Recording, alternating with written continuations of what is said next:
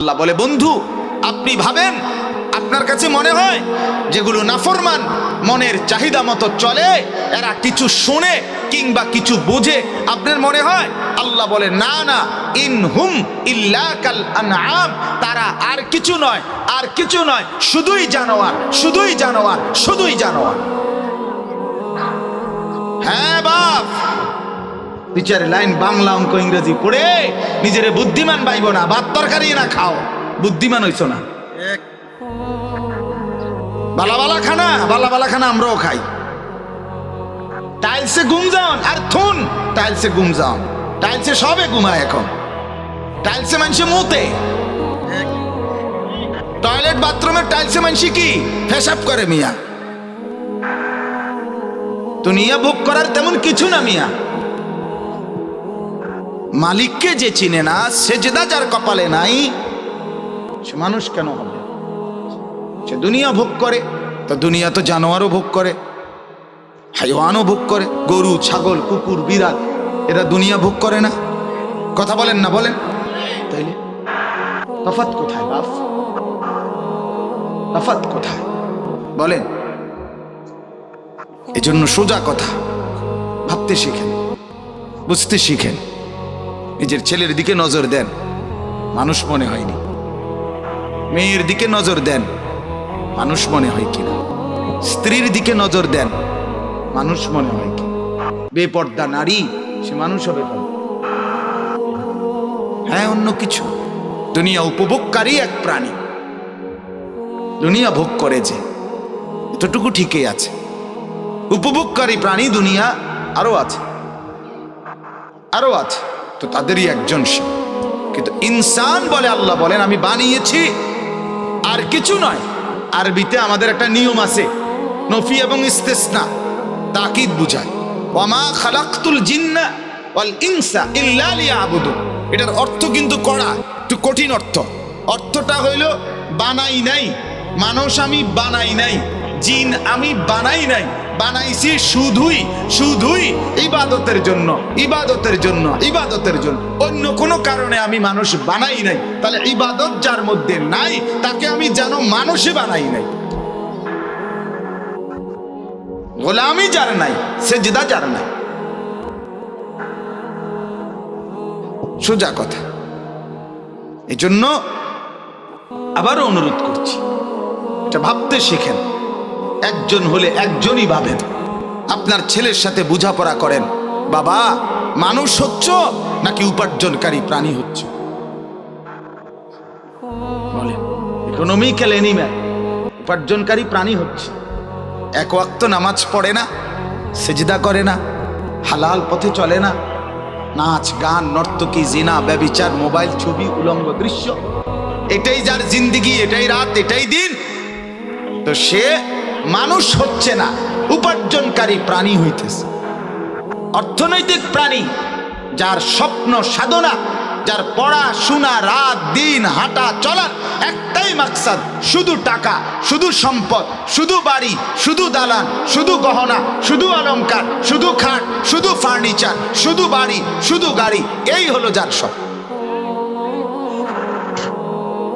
শুধু এটাই দরকার, শুধু এটাই দরকার। দুনিয়া এরকম। লাখ লাখ মা বাপ, হাই মুসলমান, বুঝলেন না, বুঝলেন না, কিছুই বুঝলেন না। কি বুঝলেন না তাও বুঝলেন না। দুশ্মন দেখাই দিছে যেভাবে, দুশ্মন হাসাইলে সে হাসে, দুশ্মন কাঁদাইলে সে কাঁদে, দুশ্মনে চুল কাটলে সে চুল কাটে, দুশ্মনে প্যান্ট বদলাইলে সে প্যান্ট বদলায়, দুশ্মনে ডিজাইন বদলাইলে সে ডিজাইন বদলায়। আহারে মুসলমান, তোমার অস্তিত্ব কি? তুমি আলাদা যে মুসলমান, তোমার থেকে ইহুদি কিছুই নিল না, তোমার থেকে খ্রিস্টান কিছুই নিল না, তোমার থেকে হিন্দু কিছুই নিল না, তোমার থেকে বৌদ্ধ কিছুই নিল না, আর তুমি তাদের সব নিলা। তুমি সবই নিলা। আফসোস, তোমার আত্মমর্যাদা কোথায়? তোমার আত্মমর্যাদা কোথায়? তোমার পৌরুষ কোথায়? তোমার সম্ভ্রম কোথায়? বেপর্দা মাকে জিজ্ঞেস করে, কাঠটা নিলা, কাঠটা ছাড়লা। তুমি মা যে মুসলমান, তুমি বোন যে মুসলমান, সেই আলাদা পার্থক্য করার মতো কোনো বৈশিষ্ট্য তোমার মধ্যে কি, যেটা দিয়ে বোঝা যায় তুমি মুসলমান? সেটা কি? তোমার ঘরে রাত 2টা পর্যন্ত নর্তকী নাচে, টেলিভিশন চলে, নাচ গান চলে, তো আলাদা স্বাতন্ত্র্য কোথায় বাবা? মুসলমানের আলাদা পরিচয় কোথায়? আমি বলছি, আরো আগেও বলছি, 5 মিনিটের জন্য বিশ্বকাপ ফুটবল খেলার পুরস্কারের দিন ওই মেসির গায়ে আরবীয় পোশাক লাগাইছিল, বড় আবা কাতারের আমির পরায় দিছিল। গোটা ইউরোপ, আমি নিজে পত্রিকায় পড়ছি, গোটা ইউরোপ থেকে অসংখ্য মানুষ, ইহুদি খ্রিস্টানরা নিন্দা জানাইছে। এটা সাম্প্রদায়িকতা। বিশ্বকাপের মঞ্চকে, অসাম্প্রদায়িক মঞ্চকে সাম্প্রদায়িকতার রং দিছে। কেন মুসলমানদের পোশাক তার গায়ে পড়াইলো? এটা কি মুসলমানদের খেলা? অর্থাৎ 5টা মিনিটের জন্য বেঈমান মুসলমানের এই পোশাকটা একটু গায়ে দিছে, এটা মেনে নেয়, প্রতিবাদ করছে। 5 মিনিটের জন্য মানে নাই। অথচ কত লক্ষ যুবক মেসির মতো নিজের শরীর, নিজের চুল, নিজের টেটু এগুলো সাজছে। নিজে বলেন তো। হ্যাঁ, আত্মমর্যাদা থাকা চাই। আলহামদুলিল্লাহ, আমরা আলেম, আমরা মাদ্রাসায় পড়ুয়া, আমরা তালিব ইলম, আমরা বুঝি না। আল্লাহর কসম, কোরআন এবং সুন্নাহর আলোকে শতভাগ আত্মমর্যাদার, আত্মসম্ভ্রম নিয়ে চলে মাদ্রাসার উলামায়ে কেরাম। গোটা পৃথিবী যদি বলে আমার টুপি সুন্দর না, আমি বলবো আমার টুপি সুন্দর। গোটা পৃথিবী যদি বলে পাঞ্জাবি সুন্দর না, আমি বলবো না, পাঞ্জাবি সুন্দর। দাড়ি সুন্দর, আমার রাসূল রাখছে। এতটুকু গায়রত, এতটুকু আত্মমর্যাদাই যদি আমাদের না থাকে, বাপ আমার রইল কি? আর আমার ধর্মের বৈশিষ্ট্য কি? ইসলাম উদার ধর্ম। উদার মানে, ইসলাম উদার মানে কি? মানে যে যা চালু করবে আপনি তাই গ্রহণ করে নিয়ে আসবেন ঘরে, এর নাম ইসলাম উদার ধর্ম না? এটার নাম ইসলাম, এটাকে ধর্ম বলে? তাইলে আমি তো ওই যে ইন্ডিয়ায় শিখ দেখছি, শিখ ধর্মের অনুসারী, প্রচন্ড গরম, এই গরমের ভিতরে দিয়েও তো তারা মাথার মধ্যে তাদের এক ধরনের পাগড়ির মতো পেঁচাইয়া পরে, যেগুলো সারাক্ষণ পয়রা রাখে। সে তো এটা খোলে না, সে তো এটা খোলে না। আর আমরাই বুদ্ধিজীবীরা বুদ্ধি দেয় ইসলাম উদার, আর উদার হইতে হবে। অর্থাৎ নাচবে, গাইবে, ফুর্তি করবে, হেলবে, দুলবে, খেলবে, নাচ গান, উলঙ্গপনা, এটা হলো উদারতা, এটা ইসলামের উদারতা। আর আমরা বললেই হুজুররা কনজাস্টেড মানসিকতার, হুজুররা সংকীর্ণ, হুজুররা আধুনিকতা চায় না। আধুনিকতার সব কইরা বিল্ডিং, সব 100 বছরে আধুনিকতার সর্বোচ্চ প্রযুক্তি দিয়ে বিল্ডিং বানাইছে, কলাপসিবল গেট লাগাইছে, দরজাও লাগাইছে, সিটকারিও লাগাইছে, খাটও লাগাইছে, লাইটও বন্ধ করে সব ঘুমাইছে। ভোর 4:15 আল্লাহ তাআলা বলেন সব আমি সমান করে দিছি, 7.8 মাত্রার ভূমিকম্প দিয়ে এখন আবার ফইলাতে শুরু করো, আবার গাঁথনি, আবার নতুন করে কি করো, মাটি কাটো, নতুন নেউর কাটো। এটি শেষ, আধুনিকতা শেষ। আল্লাহ দেখাই দিছে 45 সেকেন্ড লাগছে তোমাদের বিজ্ঞানের ভবন নির্মাণের সর্বোচ্চ প্রযুক্তি ফেল করতে। 45 সেকেন্ড, 1 মিনিটও না, 1 মিনিটও না। কে বড় বাপ? আল্লাহ বড়, ইসলাম বড়, কোরআন বড়, আল্লাহর গোলামি বড়। এজন্য আমি বললাম, আল্লাহ তাআলা বলেন আমি মানুষকে বানিয়েছি ইবাদতের জন্য। কি জন্য বলেন? ইবাদতের জন্য। এবার একটু আগে বাড়েন কথাটা, আল্লাহকে জিজ্ঞেস করেন, আল্লাহ আমাকে যে ইবাদতের জন্য বানিয়েছেন, ইবাদত করলে আমি কি পাবো?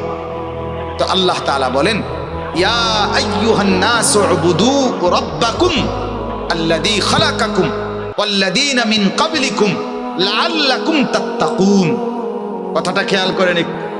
আল্লাহ বলেন, হে মানুষ, সূরা বাকারার মধ্যে আছে, হে মানুষ লোক সকল, তোমরা সকলেই তোমাদের রব লালনকারী পালনকারী আল্লাহ তার ইবাদত করো। কি করো বলেন না, বলেন কি করো? আল্লাযী খালাকাকুম, যিনি তোমাদেরকে সৃষ্টি করেছেন, আল্লাযীনা মিন ক্বাবলিকুম, যিনি তোমাদের পূর্ববর্তীদেরকেও সৃষ্টি করেছেন, তোমরা সেই রবের ইবাদত করো। কেন? আল্লাহ বলেন এজন্য, লাআল্লাকুম তাত্তাকুন, যেন তোমরা হতে পারো মুত্তাকি মুত্তাকি মুত্তাকি। তাইলে আমাকে আল্লাহ বানিয়েছেন ইবাদতের জন্য। আমি যদি করি ইবাদত, আমার অর্জন হবে তাকওয়া।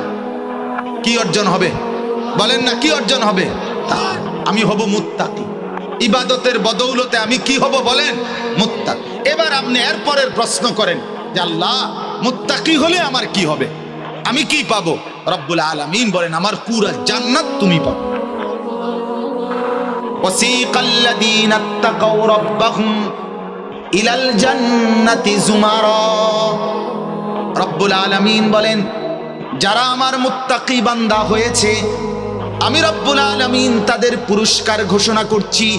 হাসরের ময়দানে আমার মুত্তাকি বান্দা যখন দাঁড়াবে, আমার কোটি কোটি ফেরেশতারা পুরা হাসরের মাঠ থেকে আমার মুত্তাকি বান্দাদেরকে খুঁজে খুঁজে বের করে সর্বোচ্চ সম্মান দিয়ে জান্নাতের কাছে নিয়ে যাবে। সুবহানাল্লাহ। দলে দলে দলে দলে জুমারা, দলে দলে।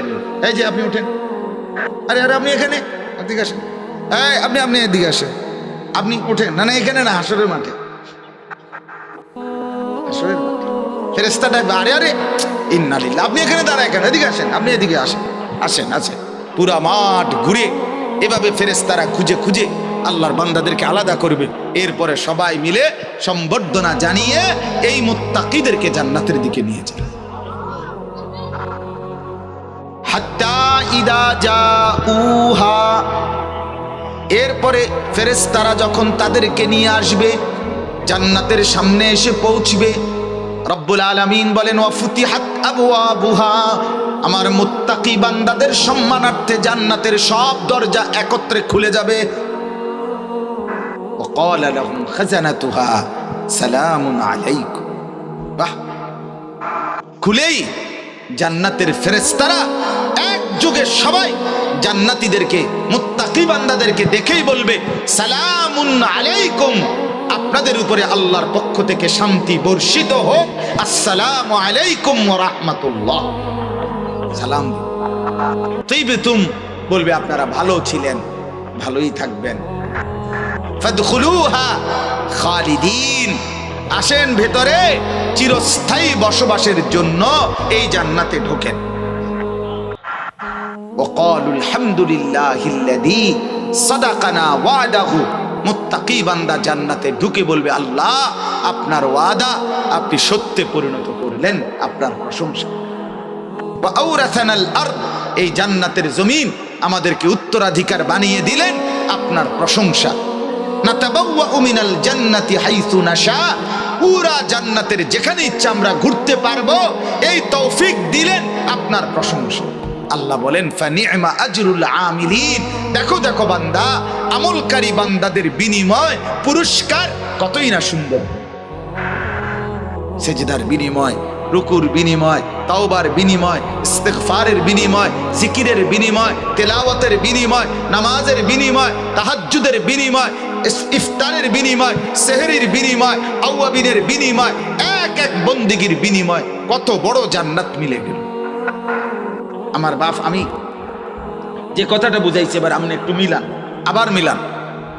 আল্লাহ তাআলা আমাদেরকে বানিয়েছেন কি জন্য? আল্লাহর ইবাদত করার জন্য। দুই, আল্লাহর ইবাদত করলে আমরা কি অর্জন হবে? আমরা মুত্তাকি হব। আমরা কি হব বলেন? যদি আমি মুত্তাকি হই তাহলে আমার গন্তব্য কোথায় হবে? জান্নাত। তাইলে আমাকে বানিয়েছেন ইবাদত, ইবাদত করলে অর্জন হবে তাকওয়া, তাকওয়া হলে মিলবে জান্নাত। করতে হবে ইবাদত, অর্জন হবে তাকওয়া, মিলে যাবে জান্নাত। কোন তো করতে হবে ইবাদত, অর্জন হবে তাকওয়া, মিলে যাবে জান্নাত। এখন এবারে যেই কথাটা বলতে চাই, পুরা একটা বছর আমার হায়াতের পুরাটা বছর আল্লাহ তাআলা বলছে বান্দা তুমি আমার ইবাদত করো, তুমি আমার ইবাদত করো, তুমি আমার ইবাদত করো, তোমারে বানিয়েছি আমার ইবাদতের জন্য, তুমি মুত্তাকি হইবা। বলতে বলতে বলতে বলতে বলতে 11 মাস ধইরা আল্লাহ পাক দেখছে বান্দা আমার যাই ইবাদত করছে। এবার আল্লাহ যেন বলে বান্দা ওই তো না, ইবাদত যাই করছো 11 মাস পুঁজি তো আইয়ে না, জান্নাতি তো হইতে পারতা না, জাহান্নাম থেকে তো বাঁচা সম্ভব না, ইবাদত তো কম, বন্দেগী তো বান্দা কমই হইল, কেমনে করবা? আল্লাহ তাআলা বলে আহা মালিকের দয়াটাই এটা। রব্বুল আলামিন 11 মাস ইবাদত করো তাকওয়া মিলবে, তাকওয়া মিলবে জান্নাতি হবে। এটা বলতে বলতে 11 মাস পরে আল্লাহ পাক যখন আবার দেখলেন যে আমার বান্দা 11 মাসের বন্দিগি দিয়া পূর্ণ তাকওয়া হয় নাই, পূর্ণ তাকওয়া না হওয়াতে জান্নাতও তো যেতে পারবে না, আল্লাহ তাআলা আবার বলতেছে না রে বান্দা বিশ্বাস কর, তোরে মানুষ বানিয়েছি আমি আল্লাহ আমার জান্নাতেই দেওয়ার জন্য। গরু বানাই নাই, ছাগল বানাই নাই, কুকুর বানাই নাই, বিড়াল বানাই নাই। বিশ্বাস করো বান্দা জান্নাত দেব বলেই তোমারে বানাইছি, যত্ন করে বানাইছি, নিজের হাতে বানাইছি, মায়া করে বানাইছি, গোটা কায়নাত দেখে তারপরে তোমারে সবচেয়ে সুন্দর করে বানিয়েছি। তুমি যেমন আহসান, আমি তোমারে জান্নাত দিতে চেয়েছিলাম আহসান। তুমি যেমন সবচেয়ে সুন্দর, পুরস্কারও দিতে চেয়েছিলাম সবচেয়ে সুন্দর। কিন্তু ইবাদতে তো আগাইতে পারলা না, তাকওয়া তো পূর্ণ হলো না, এখন কি করি? বানাইছি জান্নাতের জন্য, ফেলে দেই কেমনে? তো আল্লাহ তাআলা দয়া করে বললেন ঠিক আছে 11 মাসে ইবাদত করলে তাকওয়া হইতো, তাকওয়া হইলে জান্নাত হইতো, যাও আমি দয়া করে কমাইয়া দিলাম, মাত্র 1টা মাস এইবার দিলাম। ওই 1টা মাসে ওই একই কথা করো ইবাদত, হয়ে যাবে মুত্তাকি, ওই 1 মাস পরেই চলে যাবে জান্নাতি। এজন্য পুরা ইবাদতের পরে বলছে লাআল্লাকুম তাত্তাকুন, আর এখানে আইসা শুধু রমজানের পরেই কইছে কি লাআল্লাকুম তাত্তাকুন। দেখছেন ইয়া আইয়ুহাল্লাযীনা আমানু কুতিবা আলাইকুমুস সিয়াম কামা কুতিবা আলাল্লাযীনা মিন ক্বাবলিকুম লাআল্লাকুম তাত্তাকুন। এই আগেও বলছে উবুদু রাব্বাকুম, আমার ইবাদত করো, তাহলে কি হবে? লাআল্লাকুম তাত্তাকুন, মুত্তাকি হবে। এখন বলে রমজান মাসের রোজা রাখো, রমজান মাসের বন্দিগি করো, 1টা মাস কেবল ইবাদত করো বান্দা, আমি রব্বুল আলামিন 1 মাসেই পূর্ণ 11 মাসের তাকওয়া দিয়ে দেব। আর 1 মাসেই রব্বুল আলামিন বলে তাকওয়া দিয়ে জান্নাতে পৌঁছিয়ে দেব। সুবহানাল্লাহ, বলেন আলহামদুলিল্লাহ। আমার দিল খুব মজা লাগে এটা ভাবতে। আমি মনে মনে ভাবি যেন আল্লাহ বলতেছে 11 মাস পরে, এই আনিস শোন, একটা চাঁদ উঠবে তুই ইবাদত শুরু করবি, আরেকটা চাঁদ উঠবে ডাইরেক্ট জান্নাতে যাবি। সোজা হিসাব, বুঝেন নাই? রমজানের চাঁদ উঠবে, ইবাদত কি করবি? শুরু করবি। ঠিক মতো নামাজ পড়বা, ঠিক মতো রোজা রাখবা, 5 ওয়াক্ত জামাতে পড়বা, ইফতার ঠিক মতো করবা, সেহরি ঠিক মতো করবা, ভোর রাত্রে উঠা 2-4 রাকাত নফল নামাজ পড়বা, একটু দোয়া কান্নাকাটি করবা, ইশরাক পড়বা, আওয়াবিন পড়বা, সারাদিন আমার কোরআনটুকু পড়বা, জিকির করবা, তেলাওয়াত করবা। 11 মাস তো কুলাইতে পারো নাই, সময় পাও নাই, তো 1টা মাসই, বছরে 1টা মাস, বছরে 1টা মাস, বছরে 1টা মাস আমার জন্য একটু আলগা করে আমারে দাও। আমি আল্লাহর কাছে 1 মাস পরে, রমজানের পরে ঈদের চাঁদ তুলব, তোমারে জান্নাতে পৌঁছো। এরপরও যদি কোনো বান্দা মাহে রমজানকে কদর না করে, এটাই বলা যায়, আমি বুঝি তার কলজাটা যদি ছিঁড়া আলটা করান যাইতো, তাহলে রিপোর্ট আসতো এই নাফরমান মূলত জান্নাত চায় না, মূলত জান্নাত চায় না। তার কথা হলে আমার এগুলো লাগবে না হুজুর, যত কথাই করে আমনে খুদা বিরক্ত করেন না, আমার যাইতাম না হুজুর, কিনলে আমনে সাফাসাফিটা করতেছেন অনর্থ, যাইতাম না আমি, যেটা আমার দরকার নাই, যেটা আপনি বেহুদা আমার কেন এই পেরেশানিটা বিরক্তটা করতেছেন। এই হলো নাফরমানের কি, এই হলো হালাল। নাই তো আল্লাহ তাআলা আমার শায়েখ আল্লামা মুফতি মুশতাকুন নবী সাহেব বলে, আরে বাপ, রমজানের একটা মাস, বছরে একটা মাস, এই কথা বলে বলে আমরা যা করি এটা না করে বছরে একটা মাস আমাদের উচিত ছিল এটা বলে বলে আল্লাহর বন্দিগি বেশি করি। আমাদের হালাত কি? হযরত বলছেন বছরে একটা মাস এই কথা মনে করিয়া রমজান মাসে ইফতারির আইটেম কমপক্ষে 18 আইটেম কি এরুমকা আও কইেন না, বছরে একটা মাস, ঠিকই না বলেন না? বছরে কি একটা মাস, এই জন্য খানার এই আইটেম বছরে একটা সেহরির, সুবহানাল্লাহ, এই অবস্থা কা ভাই কই সবসময় কি আর আইনি রমজান, বছরে একটা মাস, বছরে কি একটা মাস। তারাবির পরে আবার অতগুলো খানা নিয়ে বসে, কি এরুমকা, বছরে একটা মাস, সবসময় কি আর এরুম সুযোগ হয়? বছরে একটা, বছরে একটা।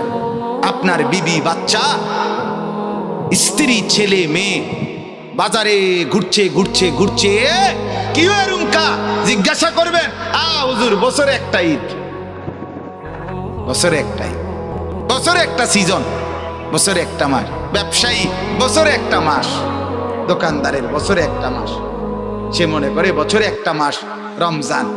আমার শায়েখ ওই দিনও বলছে বারবার, কাপড় বিক্রেতা কর্মচারীকে বলে, আরে বছরে একটা মাসে না, কটা দিন কষ্ট কর, রাত জাগ, এই শেষের দিকে আর 3টা দিন, আর 4টা দিন, আর 2টা দিন, এ চাঁদ রাত, আর মাত্র কালকার থেকে তুই জন্মের ঘুম ঘুমাইস, বছরে একটা মাস, বছরে একটা। আহারে মুসলমান, বছরে একটা মাস বলে বলে কাপড় কিনলো, বছরে একটা মাস ঈদ বলে, বছরে একটা মাস বলে খাবার বাড়ায় দিল, ইফতার বাড়ায় দিল, সেহরি বাড়ায় দিল, দুনিয়ার ভোগ আরো বাড়ায় দিল। না রে মুসলমান, বছরে একটা মাস আখিরাতে না বাড়ায় দেওয়ার কথা ছিল। বছরে একটা মাস জামাত ছাড়বো না, বছরে একটা মাস আল্লাহর কোরআন পড়বো, বছরে একটা মাস মালিকের জিকির বেশি করব, বছরে একটা মাস তাহাজ্জুদের নামাজ পড়বো, বছরে একটা মাস রাত্রি গভীরে একটু দোয়া কান্নাকাটি করব, বছরে একটা মাস ইফতারের আগে একটু দোয়া করব, বছরে একটা মাস দুনিয়াবি ঝামেলা, সাংসারিক ঝামেলা, টাকা পয়সার উপার্জন একটু কম করব। উচিত তো ছিল আল্লাহর বান্দা এটা হওয়া, এটা হওয়া, বলেন বাপ, উচিত এটা ছিল। আমি আমার ড্রাইভার স্পষ্ট বলে দিছি, আমরা নিজেরা ফায়সালা একবারে কড়া করি বলছি, কোনো মাহফিল, কোনো ওয়াজ রমজান মাসে হবে না, সব বন্ধ, শুধুই আমি আর আমার মালিক। সারা মাস উম্মতের দুয়ারে দুয়ারে আল্লাহ চাহে তো মালিকের দয়া দৌড়ানো হয়েছে। রমজান মাস শুধুই বন্দিগি, যেন এমন হয় যে মাওলা তুমি আর আমি, সেজদা দেব আমি, আদর করবে তুমি, কোরআন পড়বো আমি, ভালোবাসবে তুমি, জিকির করে ডাকবো তোমাকে, জড়িয়ে নিবে তুমি আমাকে। হওয়া তো উচিত ছিল বাপ এটা। ফাইদা ফারাগতা ফানসাব, রব্বুল আলামিন নবীকে বলছেন, বন্ধু সারাদিন দিনের যত মেহনত করেন, সব মেহনত সেরে যখন রাত্রিতে একাকী হন, তখন আপনি বন্ধু একাকী, আমি আল্লাহর সাথে আবারও নতুন প্রেমের, নতুন মহব্বতের, নতুন বন্দিগির জন্য পরিশ্রম করেন। কোরআনের আয়াত। আল্লাহ বলেন, বন্ধু সারাদিন উম্মতের দুয়ারে দুয়ারে হেঁটেছেন, মানুষকে দাওয়াত দিয়েছেন, তালিম দিয়েছেন, আমার বান্দাদেরকে ডেকেছেন। এবার বন্ধু রাত গভীরে একাকী তাহাজ্জুদ পড়েন, সেজদা করেন, হাত তোলেন, আমি মাওলার সাথে মহব্বতের সম্পর্ক কায়েম করেন। ঠিক বান্দা, রব্বুল আলামিন বলে, বান্দা আমার 11 মাস তো দুনিয়া কম করো নাই, একটা মাস শুধু আমার জন্য দাও। যদি বলি আল্লাহ 1 মাস আপনি নিয়ে নেবেন, আমি চলবো কেমনে? আল্লাহ বলে, বান্দা খোদার কসম, 1 মাস আমি আমার জন্য নেব না, 1 মাসে তোমার চিরস্থায়ী জান্নাত দেব, এই জন্য নিতে চাচ্ছি। ওইটা তোমারই, তোমার জন্যই, জান্নাতে তোমাকেই দিতে চাই, এই জন্য চাচ্ছি। মুসলমান একটু ফিকির করে, আমার কথা শেষ ভাবে, একটু ফিকির করে, আমিও ভাবি, আপনিও ভাবেন, আপনিও ভাবেন। আল্লাহ দোহাই বাপ, রমজানের এই একটা মাসকে কদর করে একেবারে হাতে পায়ে ধরি। মাকে বলেন, বোনকে বলেন, যে মা বোন বিবি, আল্লাহর ওয়াস্তে রমজান মাসকে এই কাপড় চোপড়, গহনা অলংকার, জুতা শাড়ি গহনা, ছেলেদের জামা প্যান্ট লুঙ্গি শার্ট গেঞ্জি, এগুলোই কেনার জন্য খোদার এত বড় শ্রেষ্ঠতম আজিমুশান মাসটাকে আপনারা বরবাদ করেন না বাপ। কেমনে বললে বুঝবেন বাপ? কেমনে বললে বুঝবেন? রাসূলুল্লাহ সাল্লাল্লাহু আলাইহি ওয়াসাল্লাম স্পষ্ট বলছেন যে উম্মত, রমজান মাসে যদি কেউ তোমার সাথে ঝগড়া করে, কেউ তোমারে গালি দেয়, কেউ তোমারে মন্দ বলে, ফালিয়াকুল ইন্নী সাইম, ইন্নী সাইম। তুমি শুধু বলতে থাকো ভাই আমি রোজাদার, ভাই আমি রোজাদার, ভাই আমি রোজাদার। তুমি হাজার বললো আমি জবাব দেব না, কারণ আমি রোজাদার।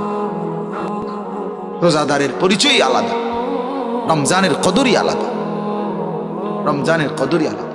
আল্লাহ তাআলা নিজে বলছেন, বান্দা শোনো, আরবি 12টা মাস, 11 মাসের নাম তোমাদের জবানে উচ্চারিত হয়, তোমরা বলো, আরবের বলুক আর দেশের মানুষ বলুক, কিন্তু রমজান একটা মাস, যেই মাসের নামটা রমজান, এটা আমি আল্লাহ আমার জবান দিয়ে উচ্চারণ করে কোরআনের আয়াত বানায় দিস।